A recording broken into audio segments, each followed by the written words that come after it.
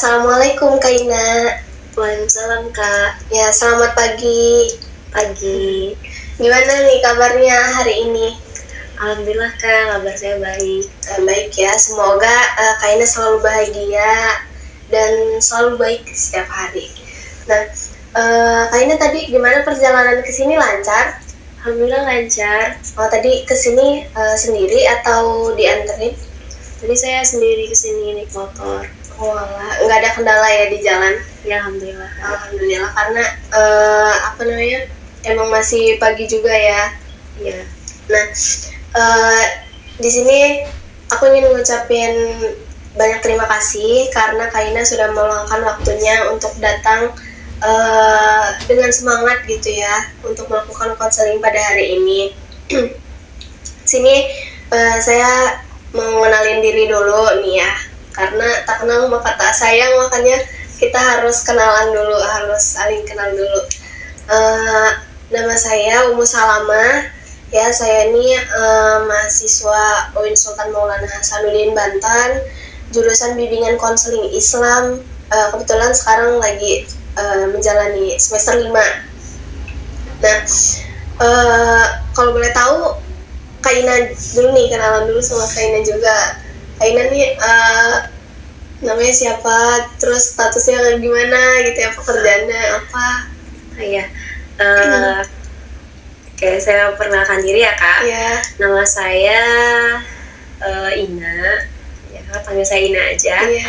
Sini saya berprofesi sebagai apoteker di salah satu puskesmas. Iya. Oke, statusnya?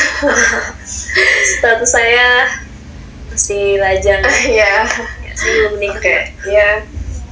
Terima kasih ya sudah memperkenalkan diri. Semoga dengan awal perkenalan ini kita bisa sama-sama terbuka dan nyaman gitu ya selama melakukan konseling ini. Nah, sebelumnya aku mau nanya dulu, Kak Ina udah pernah melakukan konseling atau ini yang pertama kali ya sebelumnya? Ini pertama kali Kak. Oke, ini pertama kali, berarti belum pernah ya sebelumnya. Nah, di sini baik kalau gitu. Di sini saya ingin menjelaskan sedikit ya apa itu konseling gitu, agar nanti selama berjalannya konseling ini kita bisa sama-sama menempuh tujuan yang sama gitu ya. Jadi konseling yang akan kita lakukan pada hari ini itu konseling individual. Jadi konseling individual ini adalah proses bantuan yang dimana dilakukan oleh seorang konselor nih kepada konseli. Dimana di sini saya sebagai konselornya sendiri dan Kak Ina ini sebagai konselingnya gitu, yang nanti kita akan sama-sama menghadapi, memahami dan juga mengentaskan dan memecahkan permasalahan nih yang sedang Kak Ina rasakan gitu. Kita sama-sama akan mencari solusi dari apa yang nantinya akan Kak Ina ceritakan pada pagi hari ini. Nah, selain itu juga harus ada beberapa yang azas nih yang harus kita pegang bersama gitu. Yang pertama yaitu azas kerahasiaan, dimana nanti Kak Ina tidak perlu takut karena apa yang akan Kak Ina sampaikan, bicarakan dan baik data maupun cerita itu akan saya simpan dan akan saya rahasiakan gitu. Tidak akan ada satu orang pun yang mengetahui cerita yang nanti Kak Ina sampaikan. Selanjutnya yaitu azas keterbukaan. Nah, Kak Ina di sini boleh menceritakan apapun yang Kak Ina rasakan dan yang menurut Kak Ina itu janggal dan masih penuh gitu ya di benak. Kemudian azas kekinian. Jadi yang Kak Ina sampaikan dan Kak Ina ceritakan pada pagi hari ini itu adalah masalah-masalah yang akhir-akhir ini mengganggu baik psikis maupun psikologisnya Kak Ina gitu. Selanjutnya yaitu azas kesukarelaan. Nah, di sini aku mau tanya dulu Kak Ina. Kak Ina kesini sudah secara sukarela atau sebelumnya ada masukan atau paksaan gitu dari orang lain? Saya sukarela. Alhamdulillah, terima kasih ya karena Kaina sudah secara sukarela untuk datang konseling pada pagi hari ini. Nah, selanjutnya, tadi itu ada beberapa pengertian dari gambaran ya mengenai konseling individual dan asas-asasnya.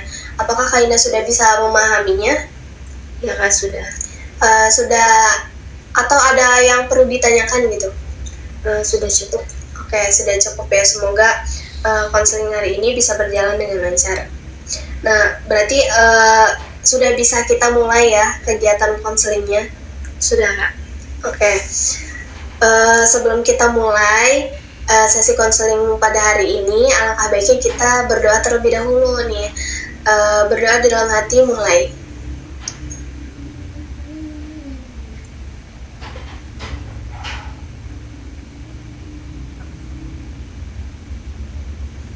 Amin. Semoga kegiatan konseling pada hari ini berjalan dengan lancar dan sesuai dengan apa yang kita harapkan ya. Nah, kalau boleh tahu lebih dalam gitu ya, akhir-akhir ini atau saat ini gitu ya, apa yang sedang Kaina rasakan atau yang masih terpendam gitu ya di dalam benak Kaina? Boleh ceritakan di sini. Ya, terima kasih ya Kak Umu. Saya sekarang ini punya permasalahan di pekerjaan saya.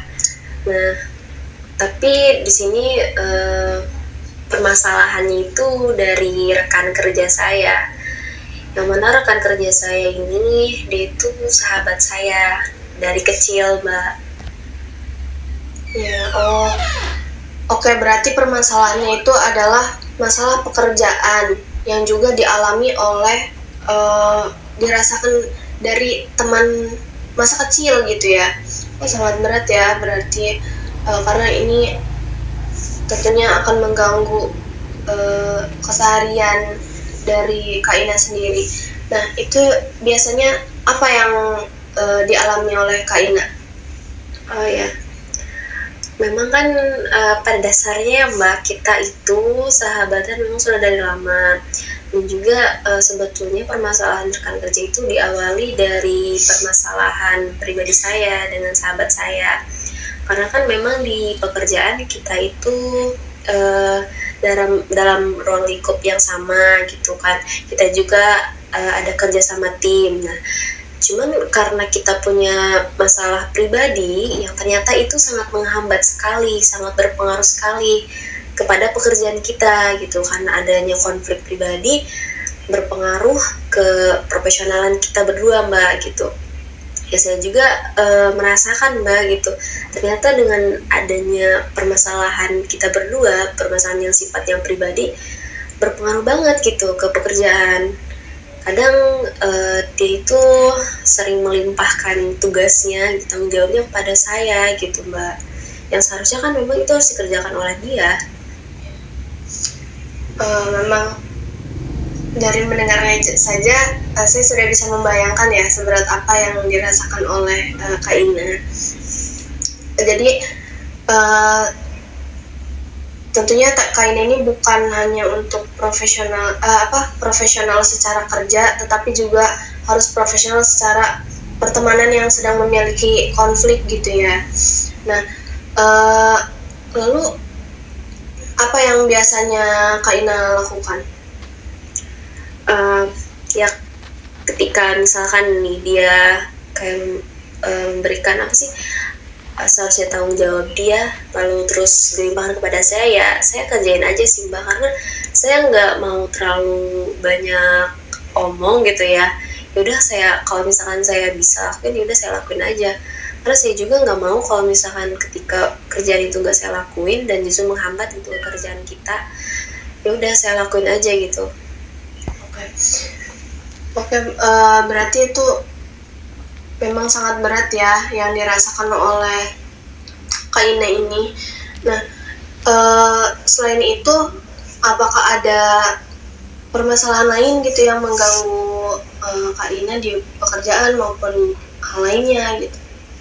Ada, jadi selain rekan kerja saya juga sebetulnya memang itu bukan permasalahan ya Bu, tapi saya merasa terganggu gitu. Ya, boleh. Nah, saya itu memang di sini itu di bagian apoteker ya, yang job desk itu memberikan obat kepada pasien. Cuman memang untuk pengambilan obat sendiri ada prosedurnya Mbak. Nah, dan kebanyakan kebanyakan pasien itu lansia Mbak. Nah, saya juga ngerasa karena pasiennya lansia dan ternyata itu berpengaruh gitu Mbak. Pasien lansia ini kurang memahami Mbak prosedur pengambilan obat seperti apa, sehingga di sini tanggung jawab saya itu bertambah gitu, job desk saya bertambah, bukan hanya untuk memberikan obat dan memberikan penjelasan obatnya apa aja, tapi di sini juga saya harus memberikan bimbingan gitu kepada pasien lansia ini, cara prosedur pengambilan obat itu seperti apa. Jadi saya merasanya wah kok bertambah ya kerjaan saya gitu. Dan juga dengan adanya hal kayak gitu, jam kerja saya bertambah, jam istirahat saya berkurang Mbak. Yang seharusnya mungkin saya pulang jam 12 malam, ini harus pulang telat, kayak jam 2 atau jam 3 saya baru bisa pulang gitu. Ya, terdengar sangat menguras energi banget gitu ya. Mungkin yang dirasakan oleh Kaina tuh sangat capek banget gitu ya, selain menghadapi rekan kerja yang memiliki konflik, terus juga harus melayani lansia yang terkadang tuh tidak memahami struktural cara pengambilan obat bagaimana dan lain sebagainya gitu ya. Lalu yang paling Kak Ina rasakan gitu, atau yang biasa Kak Ina lakukan gitu ketika merasa sulit, merasa tidak bisa gitu menghandle kedua itu, apa yang biasanya Kak Ina lakukan? Memang itu terasanya sulit ya Mbak, cuman memang saya nggak bisa apa-apa lagi sih Mbak selain harus mengerjakannya gitu. Ya walaupun mungkin saya pasrah dan nggak mengerjain ya karena itu job desk saya, karena itu tanggung jawab saya, walaupun hati saya kayak capek ya itu harus dilakuin gitu. Walaupun misalnya saya harus menghadapi pasien yang lansia yang mungkin sulit untuk dibimbing gitu ya, yang dibimbingnya harus pelan-pelan, dan juga mungkin tanggung jawab teman saya, rekan kerja saya yang mengubah kerjaannya kepada saya, yang walaupun memang berat gitu untuk melakukannya, tapi saya di sini harus berusaha kayak oke, kerjain aja gitu, dan saya juga harus ikhlas gitu, karena kan memang kalau misalkan pekerjaan itu nggak dilakuin ternyata itu juga bisa menghambat kepekerjaan saya Mbak gitu. Ya saya sih kerjain aja gitu dan mencoba buat ikhlas gitu walaupun emang berat. Dari yang tadi Kaina sampaikan barusan, saya bisa lihat ya Kaina ini orang yang sangat profesional gitu, apalagi paham terhadap tanggung jawabnya gitu ya. Nah walaupun terasa berat gitu, tapi Kaina selalu mencoba untuk ikhlas, untuk bisa menjalankan segala pekerjaan Kaina secara sukarela gitu. Nah itu sudah menggambarkan bahwa Kaina ini sedikit demi sedikit bisa gitu ya menghandle semuanya gitu. Walaupun tidak semuanya, tetapi Kaina sudah berusaha satu persatu gitu untuk membereskan semuanya. Nah, dari yang tadi sudah Kak Ina ceritakan gitu, ini kan tentunya berat ya, dan bukan sesuatu hal yang mudah untuk diceritakan. Nah biasanya Kak Ina tuh sering gak sih kayak berbagi cerita atau masalah pekerjaan Kak Ina itu misalkan ke orang-orang terdekat atau kepada keluarga gitu, atau Kak Ina lebih memilih untuk menyimpan semuanya sendiri? Kalau permasalahan seperti ini ya Mbak, karena kan saya itu pemendam orangnya ya, jadi saya tuh nggak bisa gitu ceritain ke orang terdekat saya atau bahkan keluarga saya, karena saya ngerasanya belum ada ruang yang aman dan nyaman buat saya menceritakan permasalahan saya. Dan juga saya terlalu takut gitu Mbak, ketika saya bercerita apakah nanti terbebani gitu orang yang saya ceritakan masalah saya gitu. Nah jadi saya lebih memilih ya udah saya konseling aja mungkin ya, ini tuh kayak tempat mungkin bisa jadi tempat aman buat saya gitu, buat saya menceritakan permasalahan saya. Eh, Kain ini tentunya sudah sangat tepat ya, bisa memilih untuk melakukan konseling. Itu artinya Kaina menyadari penuh bahwa Kaina itu memang memerlukan bantuan gitu. Memang Kaina ini merasa harus menyembuhkan semuanya gitu. Jadi ini adalah pilihan yang tepat gitu untuk Kaina bisa menceritakan. Nah, uh, dan terima kasih juga Kaina sudah menjadi sosok yang kuat karena sudah bisa menanggung semua ini gitu ya, walaupun berat tetapi Kaina terus mencoba gitu. Nah kan Kaina ini kan orangnya tertutup gitu ya. Bagaimana sih perasaan Kaina ketika Kaina tuh tidak bisa menceritakan ini kepada siapapun gitu? Iya, saya juga kan merasakan sendiri saya itu orangnya tertutup dan pemendam gitu, apapun permasalahan yang saya rasakan atau yang saya alami ya saya ini sendiri aja gitu, nggak saya ceritakan kepada orang lain. Kadang saya juga dari permasalahan pribadi saya yang dengan sahabat saya itu sangat mempengaruhi ke pekerjaan saya dan juga ke profesionalan saya gitu. Saya juga bingung mbak, kadang langkah apa sih yang harus saya lakuin gitu ya mbak untuk menyelesaikan masalah pribadi dulu nih supaya nanti pekerjaan saya juga jadi baik gitu ya mbak kalau misalkan masalah pribadi selesai gitu. Jadi yang saya rasakan ikhlas dan kerjain aja itu nggak cukup mbak, ternyata masalah pribadi itu tetap ada gitu, dan saya ngerasa saya harus menyelesaikan masalah pribadi dulu nih, cuman kadang saya bingung gitu harus diawali dari apa, langkah awal saya harus seperti apa gitu kan mbak. Kalau misalkan dari Kak Umu sendiri, saya tuh harus ngelakuin apa sih mbak, kayak langkah awal saya untuk masalah pribadi saya tuh harus melakukan apa dulu gitu mbak. Oke. Kayaknya ini emang masih terlihat sangat bingung gitu ya untuk bisa mengambil langkahnya. Tadi yang Kaina sampaikan itu mungkin uh, sudah benar gitu ya. Kaina tuh sudah menyadari gitu harus menyelesaikan masalah pribadi terlebih dahulu, kemudian bisa menyelesaikan masalah di pekerjaan gitu ya. Memang kalau dari saya pribadi yang bisa dilakukan langkah awal itu adalah mengetahui kayak pengendalian diri Kaina terlebih dahulu. Jadi apa yang orang lain lakukan kepada kita itu adalah di luar kendali kita. Jadi yang perlu kita kendalikan itu adalah diri kita sendiri terlebih dahulu nih Kak. Nah bagaimana kita bisa berdamai dengan permasalahan atau luka-luka yang lalu meskipun sulit gitu ya, misalkan Kaina bisa mengalihkan itu dengan hal-hal yang Kaina sukai, dengan hal-hal yang positif, misalkan Kaina mungkin ketika Kaina merasa seperti itu biasanya apa yang sering Kaina lakukan atau ya hal yang Kaina suka gitu? Apa ya, kadang kalau misalkan saya merasa hati saya lagi nggak baik nih ya, lagi bad mood gitu, me time saya sih kayak sambil dengerin musik atau baca-baca novel sih, karena hal itu bisa sedikit gitu melupakan perasaan saya yang lagi gak enak gitu. Walaupun emang gak seterusnya bakal baik ya, setidaknya pada waktu itu ketika saya mendengar musik atau sedang membaca novel, sedih saya atau perasaan bad mood saya itu teralihkan. Ya, itu sudah sangat baik ya. Jadi Kaina sudah tahu lah gitu bagaimana cara menghandle perasaan Kaina ketika Kaina sedang merasakan tidak baik-baik saja gitu. Itu perlu terus dilakukan ketika Kaina merasa kurang nyaman atau merasa sedang tidak baik-baik saja gitu ya. Tetapi yaitu termasuk kepada pengendalian diri.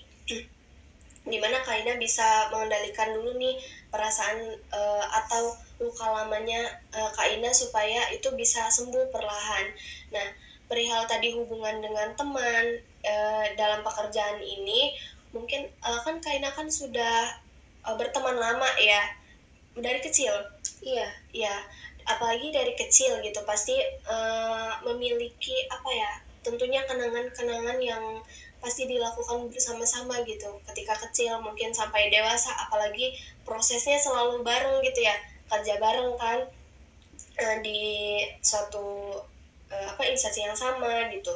Nah itu uh, bisa diingat-ingat lagi gitu bagaimana dulu prosesnya bisa sampai di titik ini gitu tuh, agar perlahan luka itu tuh hilang gitu. Mungkin tidak hilang tetapi apa ya, bisa berdamai gitu loh, bisa sembuh perlahan gitu.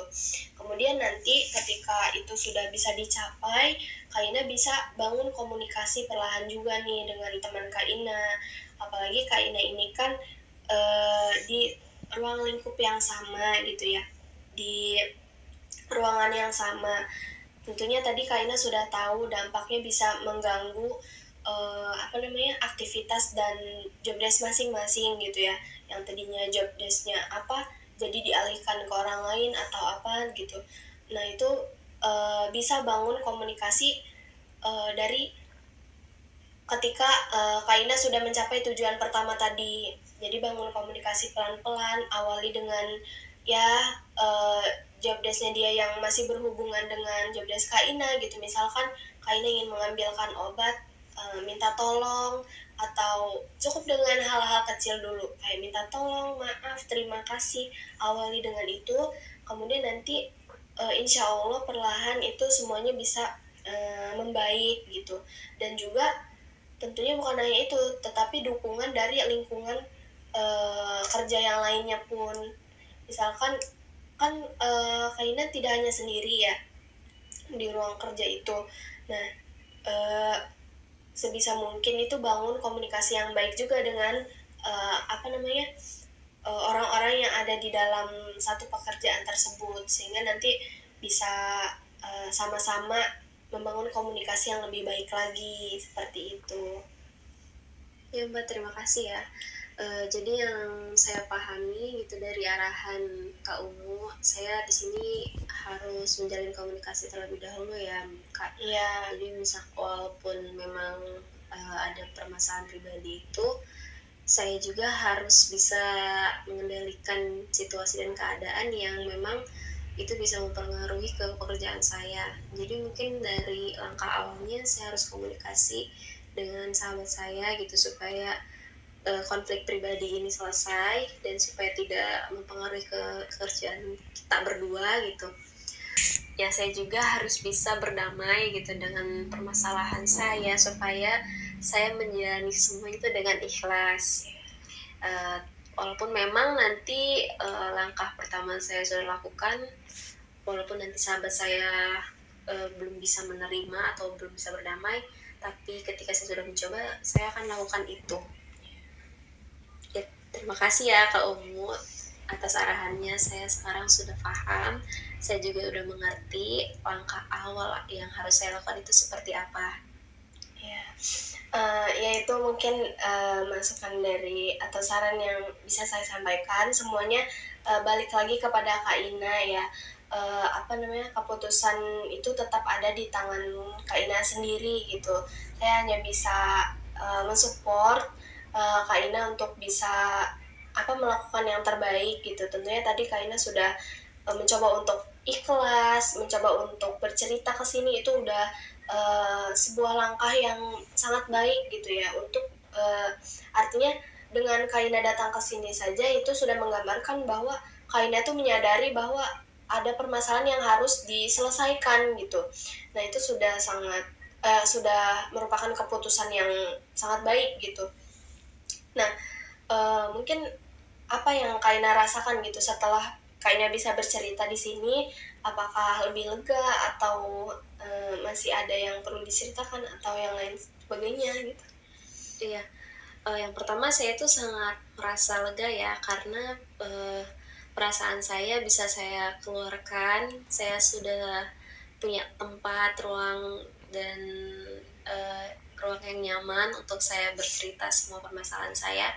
Walaupun memang sekarang belum sempurna pulih perasaan saya, tapi di sini saya sudah merasakan lega gitu Mbak, karena saya bisa menceritakan semua yang ada di hati saya gitu. Pokoknya sekarang udah plong lah, walaupun misalkan nggak terlalu sempurna gitu ya sembuhnya.